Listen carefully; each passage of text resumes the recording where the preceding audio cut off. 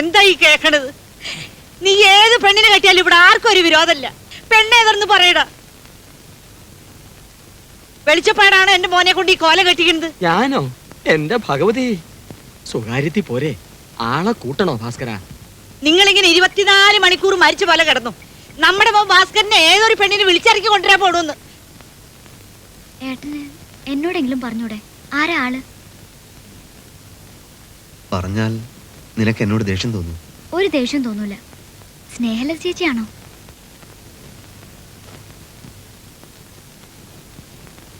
ആന്തരിയായിട്ട് ആകെ ഉള്ളത് തൊന്ന. അവനെ ഈ കടുങ്കൈ ചെയ്യാൻ പോണത്. എല്ലാവരും കൂടി എന്നെ അങ്ങോട്ട് കൊന്നോ, അതാ ഇതിന് നല്ലത്.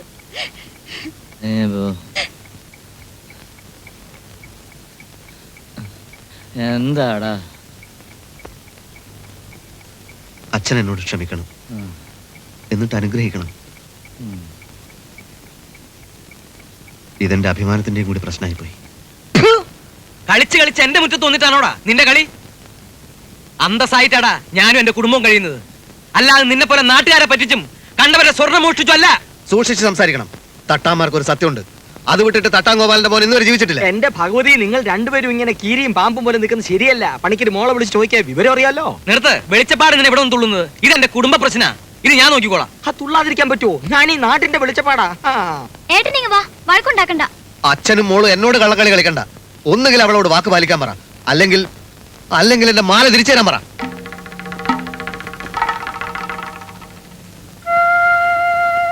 മാലയോ? ഏത് മാല? ഞാൻ കൊടുത്ത 10 പവന്റെ മാല. അവൾ ആവശ്യപ്പെട്ട് അവൾക്ക് വേണ്ടി എന്റെ സമ്പാദ്യം മുഴുവനും എടുത്ത് ഞാൻ ഉണ്ടാക്കി കൊടുത്ത മാല. അയ്യോ, ഈ ആണാണെങ്കിൽ ആ മാല വാങ്ങിച്ചോണ്ട് വാട ഭാസ്കരൻ. മാലയാ? അവൻ എന്റെ മോൾക്ക് ഒലക്കാ കൊടുത്ത്. അവളെ ഈ വയറ്റിലാ ജനിച്ചത്. നിന്റെ വയറ് വരെ വീതി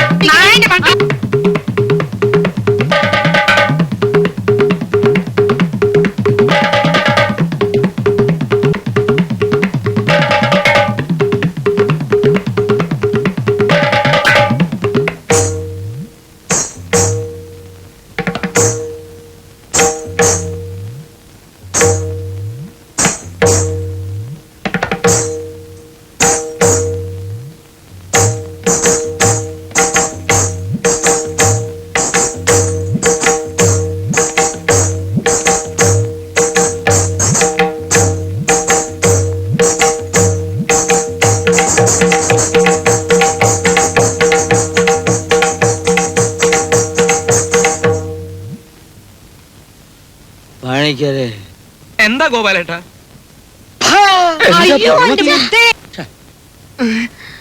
എന്താ പണിക്കരെ ഈ ബഹളമൊക്കെ? നാട്ടുകാർ മുഴുവൻ കണ്ടുകൊണ്ട് നിൽക്കല്ലേ.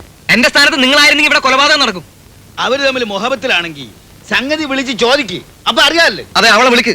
എന്നിട്ട് എന്റെ മുഖത്ത് നോക്കി അവള് പറയട്ടെ ഞാൻ അവൾക്ക് മാല കൊടുത്തിട്ടില്ല. ഞങ്ങൾക്ക് ഇവിടെ ആരെയും ബോധ്യപ്പെടുത്തുന്ന കാര്യമൊന്നും ഇല്ല എന്ന് പറഞ്ഞാൽ എങ്ങനെയാണ്? ഒന്ന് വിളിക്കുക പഠിക്കരുത്, വെറുതെ മനുഷ്യനെ ബുദ്ധിമുട്ടിക്കല്ലേ. നിങ്ങൾ എന്താണ് ഓളെ വിളിക്കേ? വയസ്സ് കഴിഞ്ഞ ഒരു പെണ്ണിന്റെ തീരുമാനത്തിന് ഇവിടെ വിലയുണ്ട്. ഓളെ വിളിക്കാണ്ട് ഈ കേസ് തീരൂല. ആരും ബഹളം വയ്ക്കണ്ട.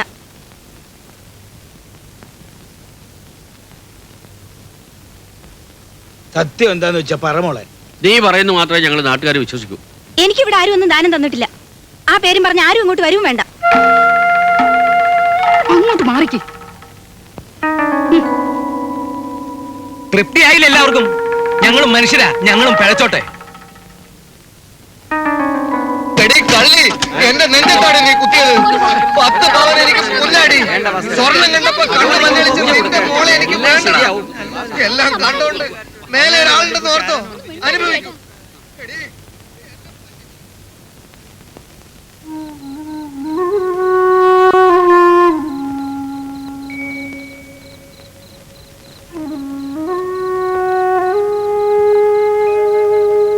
മോനിത് കുടിക്കും.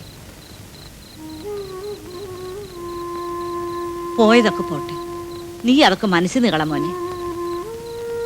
ആ കള്ളക്കൂട്ടങ്ങളെ കയ്യിൽപ്പെടാതെ എന്റെ മോൻ രക്ഷപ്പെട്ടു എന്ന് കരുതിയാ മതി.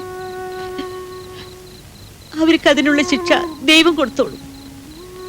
ഏട്ടന് നഷ്ടം വന്നിട്ടുണ്ടെങ്കിൽ എന്റെ സ്വർണ്ണം മുഴുവൻ എടുത്ത് വിറ്റോ, ഒന്നും സാരമാക്കണ്ട.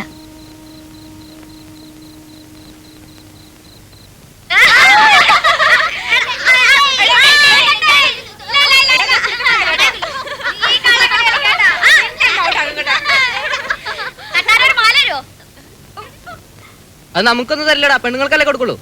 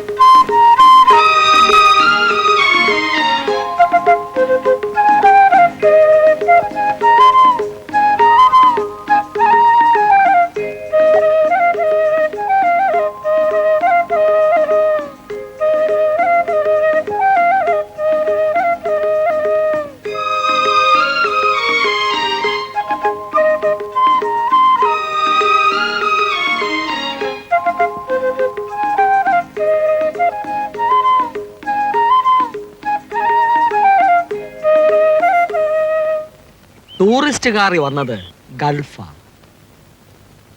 ചെറുക്കന് പെണ്ണിനെ ഇഷ്ടപ്പെട്ടാൽ ഈ മാസം തന്നെ കല്യാണം നടത്തുമെന്നാ കേട്ടത്. കൂട്ടടോ മറന്നുകളാ, പോയ 10 പകരം തനിക്ക് 15 പവൻ ഇനിയും ഉണ്ടാക്കിക്കൂടെ? അതല്ല വെളിച്ചപ്പാടെ, നിങ്ങൾ നോക്കിക്കോ, എത്തി എത്തി അങ്ങ് എത്തുമ്പോ അവസാനം തട്ടാനൊരു തട്ട് തട്ടും. ഇനി തട്ടാനും മുട്ടാനും ഒന്നും നിൽക്കണ്ട ഭാസ്കര, അബദ്ധമാവും. നിന്റെ വഴി അല്പം വളഞ്ഞുപോയി. നീ കാണിച്ച് വിവരക്കേടാ. വിവരക്കേട് കാണിച്ചാൽ ഏത് പെണ്ണും പറ്റിക്കും. മൂപ്പരെ ഇങ്ങോട്ടൊന്ന് വിളിക്കുക, അവരെന്തെങ്കിലും കാര്യമായിട്ട് സംസാരിക്കട്ടെ. ഇപ്പോഴത്തെ കാലമല്ലേ. വിളിക്കാം. ഇതൊക്കെ ഓരോ യോഗാണെന്ന് കരുതിയാ മതി. വരുന്നു കേട്ടോ. നീ അവിടെ നിൽക്ക്, ഞങ്ങളൊരു കാര്യം പറയട്ടെ. വിളിച്ചു. കല്യാണം കഴിഞ്ഞ പവിത്രൻ അവളെ ദുബായിക്ക് കൊണ്ടുപോകില്ലേ? ദുബായ് അല്ല, ഖത്തർ. അവിടെ സ്വന്തം വീട് കെട്ടിക്കൊടുത്തിരിക്കല്ലേ അറബി. എനിക്ക് ആകെ ഒരു മോളാ.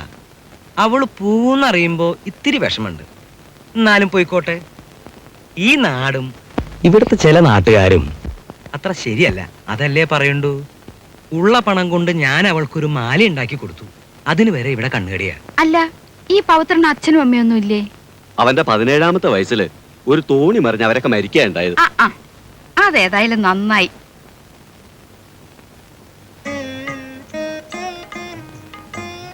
ലതയെ കാണാനാ ഞാൻ വന്നത്. കണ്ടു, ചായ കുടിച്ചു. ചായ നന്നായിട്ടുണ്ട്. അത് അമ്മ ഇട്ടത്. അത് കുടിച്ചപ്പോഴേ തോന്നി അവൾക്കും ആ കൈപ്പുണ്യം കാണുമല്ലോ. എനിക്ക് സ്വന്തമെന്ന് പറയാൻ പോലും ആരുമില്ല. വലിയ പേരെടുത്ത് മരിച്ച ഒരു ജോത്സ്യനാണ് എൻ്റെ അച്ഛൻ. ലത കേട്ട് കാണും, കൊല്ലൂർ രാഘവ പണിക്കർ. ലതയെ പോലൊരു പെണ്ണിനെ എനിക്ക് കിട്ടുമെന്ന് അച്ഛൻ രാശി വെച്ച് പറഞ്ഞ എനിക്ക് ഇപ്പോഴും ഓർമ്മയുണ്ട്.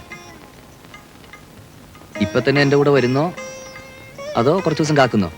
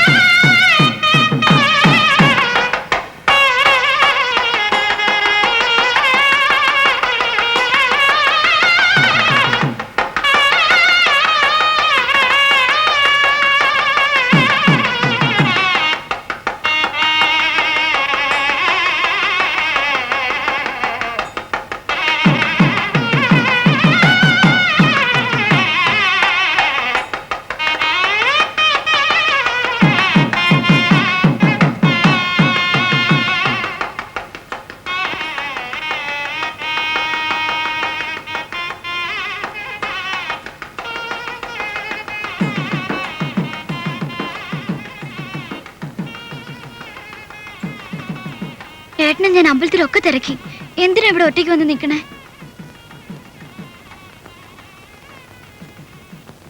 ആ കല്യാണം നടന്നു എന്ന് വെച്ച് ഏട്ട ഇനി അബദ്ധമൊന്നും കാണിച്ചേക്കരുത്.